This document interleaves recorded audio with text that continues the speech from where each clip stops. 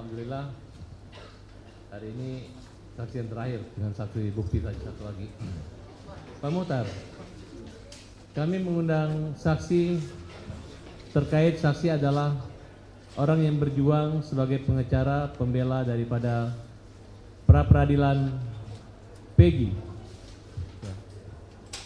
Kami ingin mendapat pengetahuan dan informasi tentang perjalanan sidang PK. Kami mulai. Apakah benar Pengadilan Negeri Kota Bandung telah membebaskan dan mengabulkan pra peradilan Peggy ketika saudara dan kawan-kawan membela di Pengadilan Negeri Bandung? Betul sekali bahwa permohonan pra peradilan yang kami ajukan untuk kebebasan Peggy alhamdulillah dikabulkan tanpa ada perlawanan dari pihak tergugat. Karena dalil-dalil yang kami sampaikan itu sungguh sangat luar biasa dan sangat berdasar. Artinya selama persidangan pra peradilan itu kami beserta tim betul-betul bisa meyakinkan kepada Hakim Tunggal Bapak Eman bahwa telah terjadi kesalahan atau unprocedural yang dilakukan oleh kepolisian, dalam hal ini adalah kepolisian daerah Jawa Barat, sehingga mengakibatkan adanya error in persona. Demikian. Apakah dalam pengajuan bukti pra peradilan itu saudara dan kawan-kawan menyertakan putusan nomor 3, 4, dan 16? Betul, kami dalam pra peradilan itu menyertakan juga bukti putusan, terkhusus putusan nomor 4, yang mana di dalam putusan tersebut itu disebutkan adanya 3 DPO ya, 3 DPO yakni Peggy Setiawan Peggy alias Peron, mohon maaf, kemudian Dani dan Andi. Peggy alias Peron ini diasumsikan oleh pihak kepolisian sebagai Peggy Setiawan klien kami. Padahal secara nyata dalam kejadiannya bahwa Peggy Setiawan klien kami itu pada saat kejadian di tahun 2016 itu dia sedang berada di Bandung karena dia adalah kuli bangunan. Nah, di dalam berkas perkara persidangan tahun 2016-2017 itu disebutkan bahwa klien kami adalah otak pelaku pembunuhan berencana, sehingga ancaman hukumannya pun luar biasa, ancaman hukuman mati. Nah, untuk meyakinkan itu kami meminta pada saat itu kepada majelis hakim dan kepada termohon untuk menghadirkan alat bukti yang berhubungan dengan kasus pembunuhan yang didakwakan kepada 7 terpidana, 8 dengan sakatata, dan juga yang dituduhkan kepada klien kami, yaitu berupa pedang pendek atau parang lah begitu. Karena di dalam putusan itu dinyatakan korban itu meninggal karena ditusuk punggungnya. Nah, tetapi ternyata barang bukti itu tidak pernah muncul di persidangan. Artinya kami menyimpulkan bahwa dengan tidak adanya barang bukti berarti kasus pembunuhan itu tidak ada. Demikian. Artinya saudara mau menyampaikan bahwa ini adalah pra peradilan tanpa barang bukti itu? Betul. Karena setiap kasus pidana, apalagi ini kasus pembunuhan, di mana di dalamnya dicantumkan ada luka tusuk dan lain sebagainya, barang bukti itu harus hadir. Karena walau bagaimanapun juga antara barang bukti, korban dan pelaku itu harus bersesuaian. Ya, kalau seseorang dituduh membunuh dengan menusukkan katakanlah pisau atau pedang dan pisaunya harus ada. Tidak bisa dia dituduh membunuh dengan pisau dan pedang, yang disodorkan balok kayu, kan tidak nyambung. Demikian. Apakah selama proses pendampingan Peggy di Polda Jabar, saudara saksi mengalami kesulitan atau akses untuk bertemu dengan Peggy pada saat itu? Awalnya memang luar biasa, kami sangat sulit ya untuk menemui Peggy Setiawan klien kami. Tetapi dengan perjuangan kami, alhamdulillah tidak lagi kita menemukan kesulitan itu. Itu tentang bagaimana hubungan kita dengan Peggy Setiawan saat dia berada di bawah penguasaan Polda Jabar. Demikian. Apa pernyataan-pernyataan dari Polda Jawa Barat khususnya penyidik ketika misalnya Direktur Krim atau Kapolda yang membuat Peggy itu tersudutkan sehingga bahwa dialah pelakunya, sehingga mereka tetap ngotot untuk menahan dan yakin sekali bahwa Peggy adalah pelaku yang dalam depo itu yang saudara ketahui? Baik.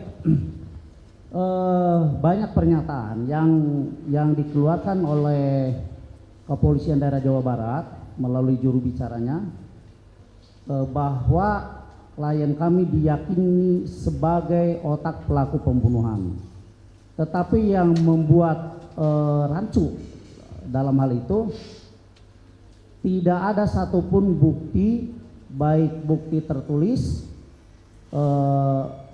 atau bukti-bukti lain yang berupa alat bukti semacam pedang dan sebagainya bisa disodorkan di dalam muka persidangan.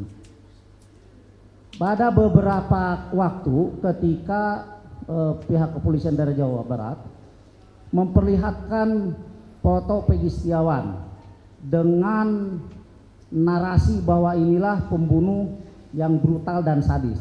Tetapi yang disodorkan kepada publik adalah foto Peggy Setiawan pada saat sedang menghadiri pernikahan saudaranya. Jadi sungguh sangat tidak menyambung, sangat tidak ada korelasinya. Kemudian disodorkan juga bukti-bukti dari pihak Kepolisian Daerah Jawa Barat berupa bukti-bukti tertulis semacam kartu keluarga, KTP, STNK, ijazah. Sementara yang dituduhkan kepada klien kami adalah tindak pidana pembunuhan berencana. Jadi kami menganggap ini, mohon maaf majelis, sebuah lelucon. Kenapa dibilang sebuah lelucon? Tindak pidana pembunuhan berencana yang disodorkan sebagai barang bukti hanya bukti kertas. Apakah ya orang itu mati karena dipukulin pakai ijazah? Kan seperti itu.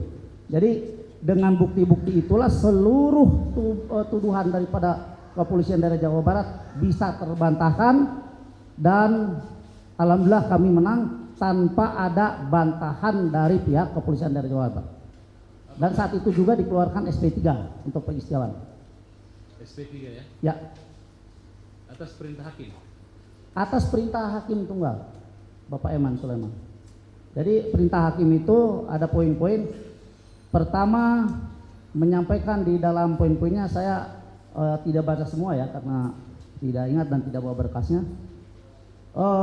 Keputusan atau ketetapan apapun yang akan datang di kemudian hari itu tidak bisa atau tidak sah, dianggap tidak sah terkait dengan pemidanaan klien kami. Kemudian yang kedua, bahwa klien kami harus segera dikeluarkan dari tahanan kepolisian. Kemudian yang selanjutnya, bahwa Kepolisian Daerah Jawa Barat harus segera mengeluarkan SP3. Itu yang bisa saya sampaikan. Situasi saat itu, kenapa Polda begitu yakin bahwa Peggy pelakunya? Apa dasar berita Polda begitu yakin sehingga pemberitanya begitu serius sehingga dia tetap menunjuk tentang pertimbangan hakim bahwa dia lah Peggy sebenarnya? Nah ini justru yang menjadi pertanyaan besar bagi tim kami kan, ya. Kenapa sebuah peristiwa pidana yang menghebohkan ini kok bisa diyakini bahwa Peggy Setiawan klien kami sebagai tukang kuli bangunan, sebagai otak daripada kasus pembunuhan? Kalau kami pelajari dan kami baca berkas persidangan dari tahun 2016 dan 2017, itu sungguh sangat, mohon maaf harus saya sampaikan, sangat rancu menurut kami sebagai PH, sebagai kuasa hukum. Ya, itu sungguh sangat rancu. Kenapa dibilang rancu? Antara klien kami dengan peristiwa yang terjadi pada tahun 2016 tidak bersesuaian. Yang pertama. Kemudian yang kedua, di dalam persidangan yang kami baca berkas itu, bahwa seluruh terdakwa termasuk Sakatatal kalau tidak salah, mencabut BAP pada saat itu, ya, berniat mencabut BAP. Tetapi entah kenapa JPU pada saat itu mengikuti alur cerita peristiwa pidana yang dibuat oleh kepolisian Resort Cirebon kota, ya, yang pada waktu itu tentu saja pelapornya adalah Aibtu Rudiana. Nah, ini yang kami menjadi bingung, tetapi tetap kami perdalami itu. Jadi dalam dakwaannya JPU itu mengikuti alur peristiwa pidana yang disampaikan oleh Aibtu Rudiana. Kemudian para terdakwa berupaya dan berusaha untuk mencabut BAP, tetapi kemudian JPU juga melanjutkan dakwaannya dengan tuntutannya yang sama, yaitu bahwa peristiwa pidananya seperti itu, dan majelis hakim pada saat itu memutuskan perkaranya sesuai dengan alur peristiwa pidana yang disampaikan oleh JPU pada saat itu. Itu. Kira-kira bukti-bukti apa aja dan saksi-saksi siapa saja yang dihadirkan oleh Bitkum Polda pada saat itu yang membuat yang waktu itu yang berusaha untuk meyakinkan hakim sehingga tetap ditolak? Bukti apa yang dimiliki oleh Polda Jawa Barat? Tidak ada, hanya bukti, hanya ahli aja yang mereka hadirkan. Tidak ada saksi lain, tidak ada bukti lain. Ini yang saya bilang dari awal tadi itu.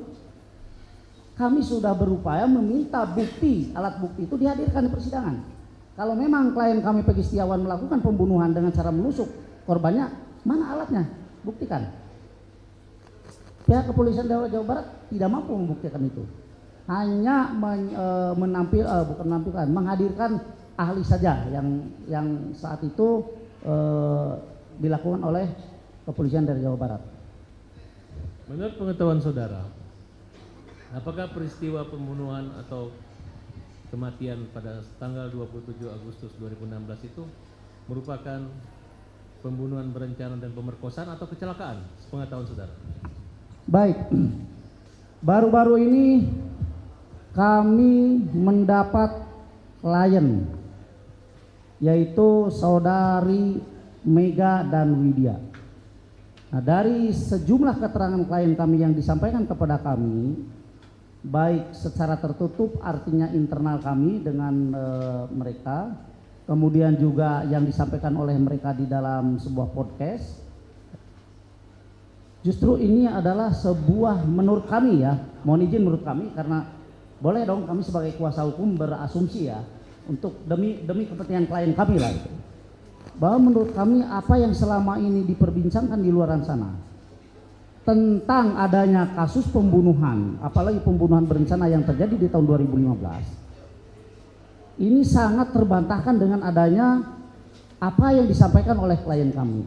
Dari mana kami bisa mendalami dan mempelajari itu? Durasi waktu yang disampaikan oleh klien kami bahwa pada jam 22 lebih belasan, ya, apakah 15 atau 18 menit, Vina itu intens menghubungi klien kami, intens, miss call berapa kali, tetapi sama klien kami tidak diangkat karena klien kami, terutama Widi itu udah tahu maksudnya bahwa dia mau diajak keluar main kan itu. Nah di jam 22.30 menit korban sudah tidak bisa dihubungi.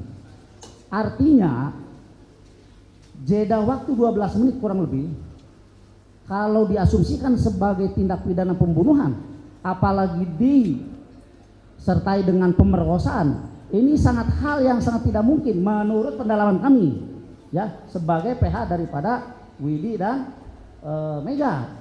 Kenapa seperti itu? Orang kalau mohon maaf ya, ini kan di dalam berkas persidangan 2016 itu kan korban diperkosa 11 orang.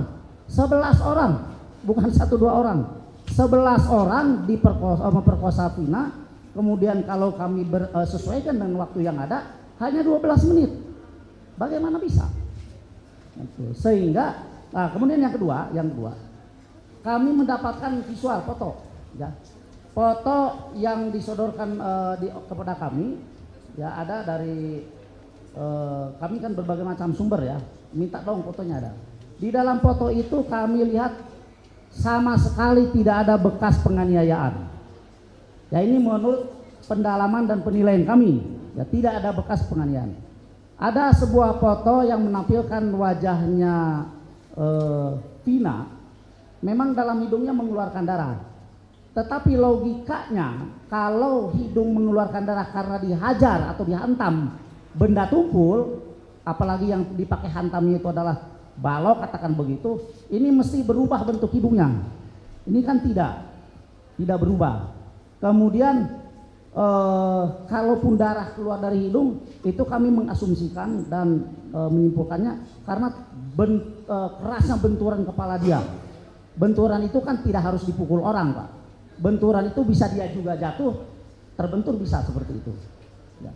Kemudian di foto, salah satu foto juga yang menunjukkan wajah Eki, korban Eki, ada tangan yang patah. Nah, tetapi menurut penilaian kami sebagai tim kuasa hukum Widi dan Mega, patahan tangan itu bukan diakibatkan oleh benturan benda keras. Karena kalau tangan patah dibentur oleh benda keras, mesti ada lebam, ada biru di sekitar patahan itu. Ini kan tidak. Jadi kelihatannya tangan ini patah karena dia menahan beban. Ya, menahan beban. Mohon maaf, saya pernah patah tangan karena menahan beban badan saya. Ini tangan saya patah. Jadi patahan tangan itu juga kami nilai ini karena menahan Tuhan, bukan karena dibentur oleh benda keras atau dipukul. Karena kalau dipukul, dibentur, pastilah dia mengeluarkan warna biru atau lebam. Kemudian kalau kita baca, mohon izin Bapak, kalau kita baca di hasil visum et repertum yang dikeluarkan pada tahun 2016, terutama yang dikeluarkan oleh Dr. Ihda yang memeriksa Vina itu, tidak ada satupun yang menyebutkan bahwa korban diperkosa. Tidak ada, silakan dibaca. Ya, kami udah baca bolak-balik itu. Hanya menyebutkan bahwa korban mati meninggal karena tidak wajar. Ya. Kemudian memang ada karena trauma tumpul. Trauma tumpul menurut kami tidak saja harus dipukul, tetapi jatuh pun menimpa benda keras itu trauma tumpul. Dan kalau di dakwaan itu ada pemerkosaan, kan mestinya di dalam sekitar, mohon maaf, sekitar kemaluan atau sekitar ini ya, selangkang itu harus ada darah yang tercecer atau bagaimanapun. Ini 11 orang, Pak, yang memperkosa 11 orang, bukan 1 orang. Nah, dan tidak ada juga disebutkan adanya ceceran sperma. Tetapi di hasil otopsi, setelah autopsi itu kan dilakukan pemeriksaan luar dalam kepada jenazah. Setelah dibongkar kuburannya, kemudian dilakukan autopsi, itu dituliskan adanya ceceran sperma. Tetapi dokter juga bilang sperma itu dibawa ke laboratorium cuma tidak dites DNA. Sehingga kami meyakini bahwa ada juga ketidaksesuaian antara visum et repertum dengan hasil otopsi. Itu yang menguatkan kami dalam melakukan pra-peradilan, ya, karena kami juga harus mempunyai dasar dalil-dalil yang harus kami sampaikan. Demikian. Baik, mohon izin Yang Mulia, kami memperlihatkan foto yang disampaikan apa sesuai dengan foto. Ya.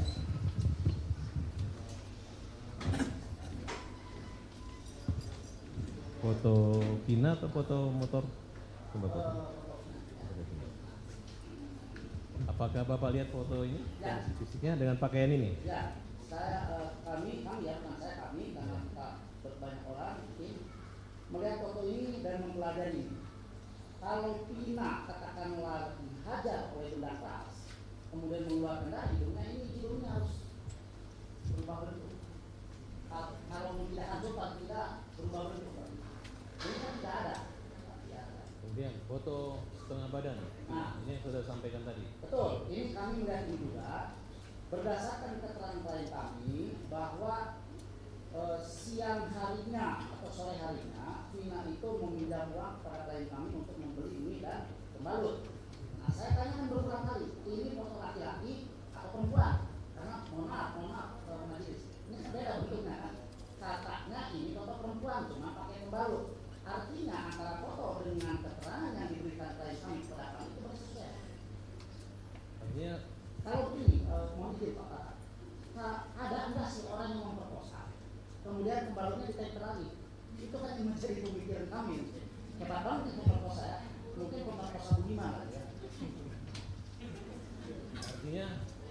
Saudara mengatakan bahwa klien saudara mengatakan pada hari itu si Vina ini lagi berhalangan. Betul, betul. Ada terkait nggak dengan pernyataan adanya kendaraan aktif itu termasuk meter disebutkan dalam? Di dalam visum memang tidak disebutkan bahwa ini lagi mens, tetapi disebutkan adanya kendaraan aktif, tetapi tidak disertai dengan gumpalan jaringan. Artinya hanya darah saja kan itu. Berarti kalau orang mens sangat logis ya, darah yang keluar. Kenapa darah bisa keluar? Bisa saja karena dia terbentur dengan benda keras itu, sehingga darahnya semakin hebat. Sebetulnya artinya kalau ada sperma di sini sudah ketahuan sama dokter visum yang pertama. Betul, dan harus dituliskan di dalam visunya, ya kan? Makanya yang jadi kita bingung itu pada saat forensik itu sperma itu ditemukan di dalam tanah atau di dalam maluan? Belum tahu apa? Belum, cuma di dalam autopsi hanya disampaikan adanya ceceran sperma gitu. Kan kita juga nggak ini ya, nggak tahu kok di visum et repertum yang nyatanya pertama kali korban dibawa ke rumah sakit tidak disebutkan itu, setelah diotopsi kok ada. Baik, kalau foto motor kendaraan kerusakan Bapak pernah lihat? Saya nggak lihat itu. Kalau saya lihat hanya foto bisa. Bisa lihat fotonya?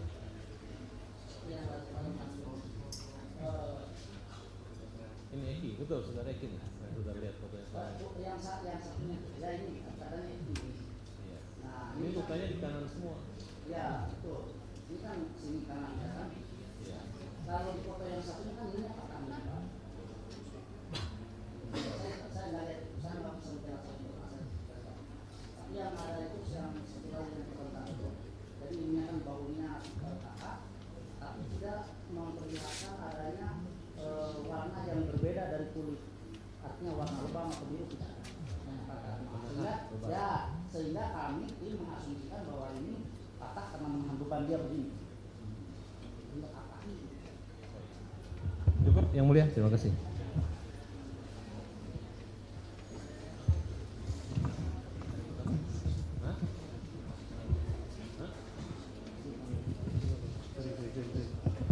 Jadi kami sudah menerima salinan putusan dari Pengadilan Negeri Bandung tentang pra peradilan. Kami ada. Ya, kami sudah minta secara resmi juga dan diberikan. Oh, Dan baik. kami serahkan bukti kepada majelis hakim. Siap. Ada lagi yang mau disampaikan?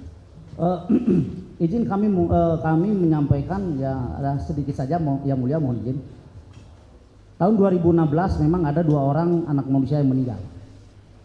Itu poin pentingnya. Tetapi meninggalnya mereka ini berdasarkan keterangan daripada dokter yang memeriksa pada saat dilakukannya visum et repertum itu meninggal karena ketidakwajaran. Tidak wajar.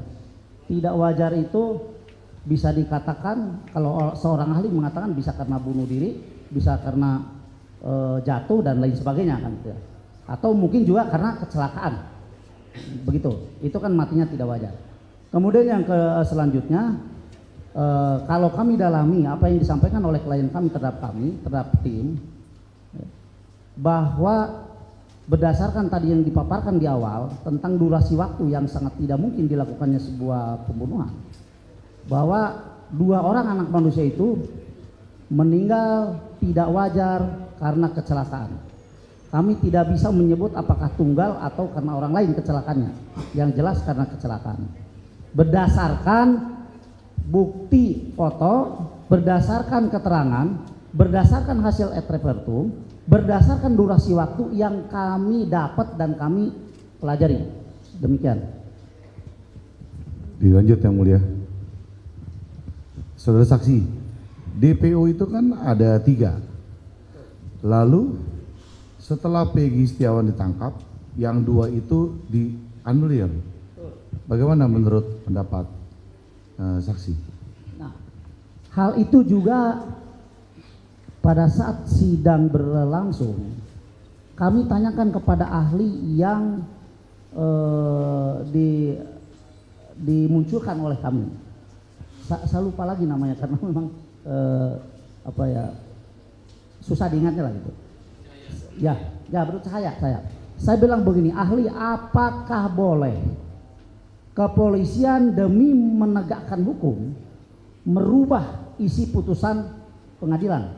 Nah, ahli menyampaikan tidak boleh, kan begitu. Nah, jadi kalau memang di DPO itu disebutkan ada 3 nama, Peggy alias Peron, Andi dan Dani, berarti harus orang itu yang ditangkap, betul. Nah, artinya tidak ada keterlibatan Peggy Setiawan sedikit pun di dalam peristiwa yang berlaku pada tahun 2016. Itu yang kalau kita bicara tentang putusan. Kemudian selanjutnya, apakah merubah nama itu sebuah pelanggaran? Maksudnya merubah nama yang sudah diputuskan dan inkrah, apakah itu sebuah pelanggaran hukum? Kata saksi betul. Nah, itu aja. Jadi kami berpatokan ke sana. Itu aja. Cukup Yang Mulia.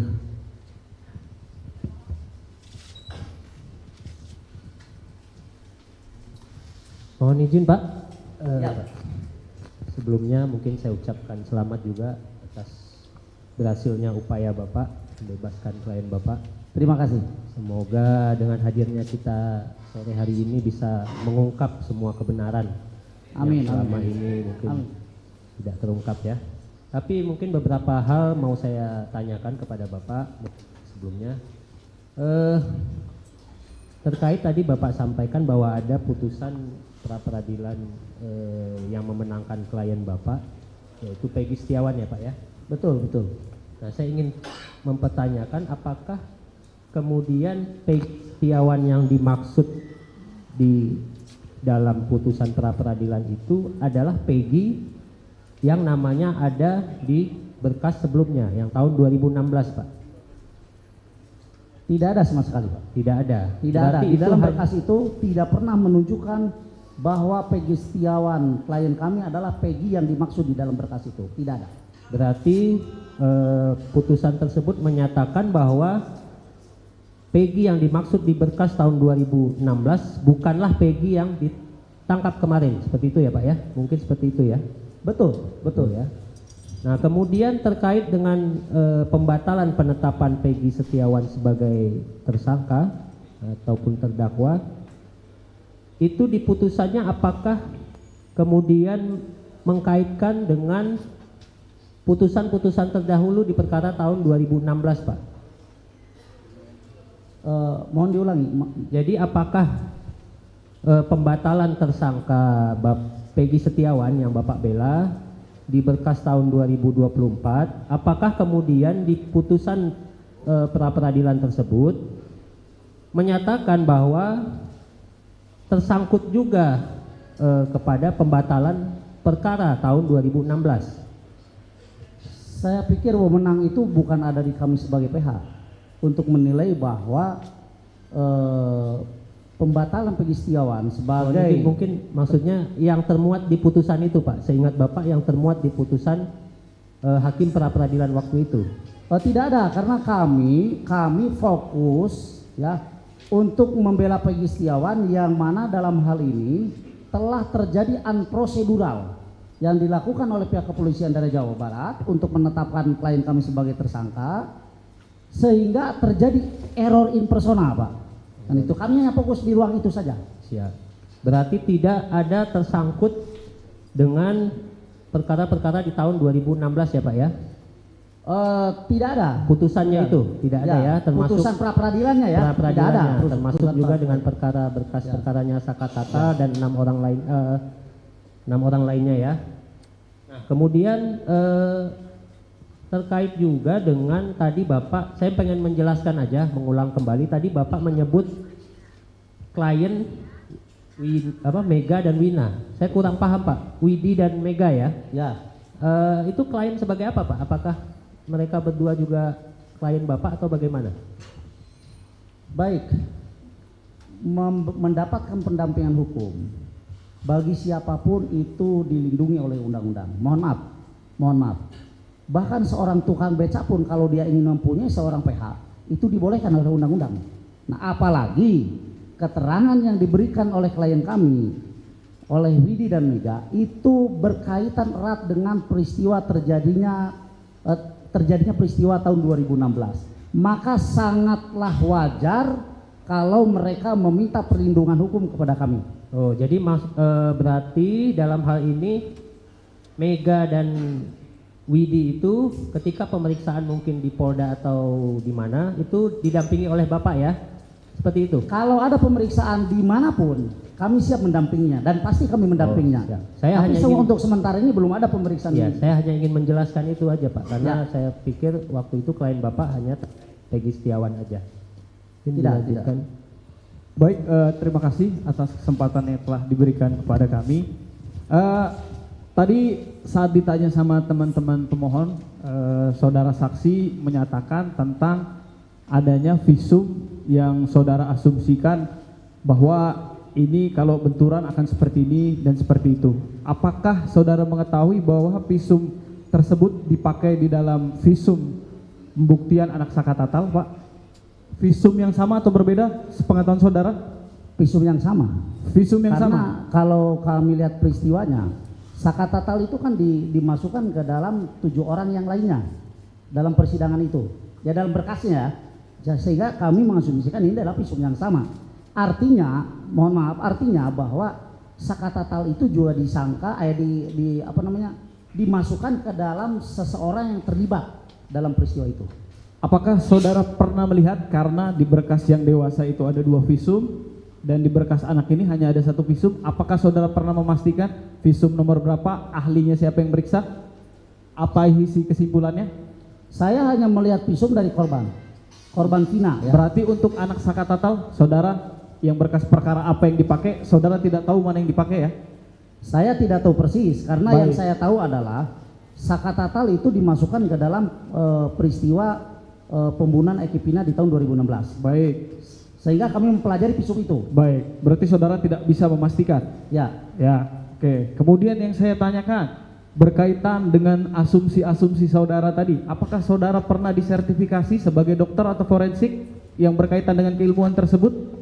saya bilang itu asumsi kami sebagai tim penasihat hukum. Pertanyaan saya, apakah saudara pernah bersertifikasi dokter atau forensik? Saya bukan ahli, makanya saya tidak punya sertifikasi. Baik, Kalau saya didudukan di sini sebagai ahli, mau tidak mau saya harus punya sertifikat. baik. Berarti saudara tidak Ya. punya ya? Ya. Seperti pertanyaan saya. Pernah diuji ulang terkait foto-foto tadi ke dokter atau forensik yang memiliki ilmu tersebut, bukan berdasarkan asumsi? Saya pikir saya tidak ada hak untuk menjawab itu ya. Baik. Dan kemudian saya pun menyayangkan asumsi saudara yang menyatakan tadi hal berkaitan dengan keterangan saudara itu tidak merubah fakta bahwa Vina sudah meninggal, Pak. Baik itu dilakukan klien atau bukan klien saudara, saudara tidak memiliki hak untuk membilang itu adalah pemerkosa yang budiman terhadap Vina. Jadi saya sangat ada respect atas hal tersebut. Terima kasih Yang Mulia. Izin Yang Mulia boleh menambahkan saya sedikit. Mohon maaf saudara jaksa, saya didudukan di ruang atau di muka persidangan itu sebagai seorang Sudah cukup praktisi ya. hukum. Jadi saudara menerangkan apa yang saudara tahu. Baik, gitu ya. baik. Begitu ya. Yang Jadi Mulia. apa yang saksi tahu itulah yang diterangkan. Baik, terima kasih Yang Mulia. Yang Mulia, saya mau tambah sedikit klarifikasi dan pertanyaan. Sudah. Satu Cukup. aja. Satu Sudah aja, cukup. karena ini sangat penting. Yang mana? Tadi jaksa Pertanyaan atau gimana? ya tadi pertanyaannya jaksa kepada saksi. Jangan khawatir apakah ada kaitannya pra peradilan dengan perkara 2016. Karena setahu kami ya barang yang disita Peggy itu adalah 2016 adalah foto Peggy, betul? Betul. Kemudian yang di BPO kan itu adalah Peggy sesuai dengan alamat yang ditujukan oleh Rudiana dari awal, betul kan? Yang di DPO kan itu Peggy alias Peron yang alamannya di Mundu. Bukan, iya saya ngerti, tapi Nah, cuman yang ditangkapnya Peggy Setiawan yang beralamat di Talun. ya tapi artinya polisi mengejar memang Peggy ini kan dengan ibunya itu. Kalau kami boleh berasumsi demikian. Jadi Demikian, jangan kan? terlalu ini ya, Ya, jangan ya. terlalu luas. Ini kan kita perkara peninjauan kembali untuk Sakatatal. Paham, Jadi kami tapi- sudah mengerti lah maksud yang dijawab oleh saksi. Udah mengerti lah kami ya. Karena jaksa berusaha untuk memisahkan, Sudah, sedangkan kami sudah potong kan tadi. Udah, oke. Sudah kami Makasih, potong. makasih yang mulia. Terima kasih Yang Mulia. Sudah selesai ya. Dari Sakatata Eh, tahu atau Iya, tidak tahu. mengenai keterangan ini? Iya, Mengerti atau enggak mengenai keterangan dari saksi? mengerti. Mengerti, tapi tidak tahu apakah benar atau tidak? Kalau benar atau tidak kan Saka kan nggak tahu. Jadi kan Saka kan sebenarnya kan nggak kenal juga sama Peggy. Gimana Ya, Saka harus memastikan itu pelakunya. Ya, betul. Terima kasih untuk keterangan saksi. Silahkan kembali. Sama-sama, Yang Mulia. Terima kasih. KTP-nya. KTP? Belum pulang kan? Belum pulang? Belum pulang? Belum kan? Kontaknya?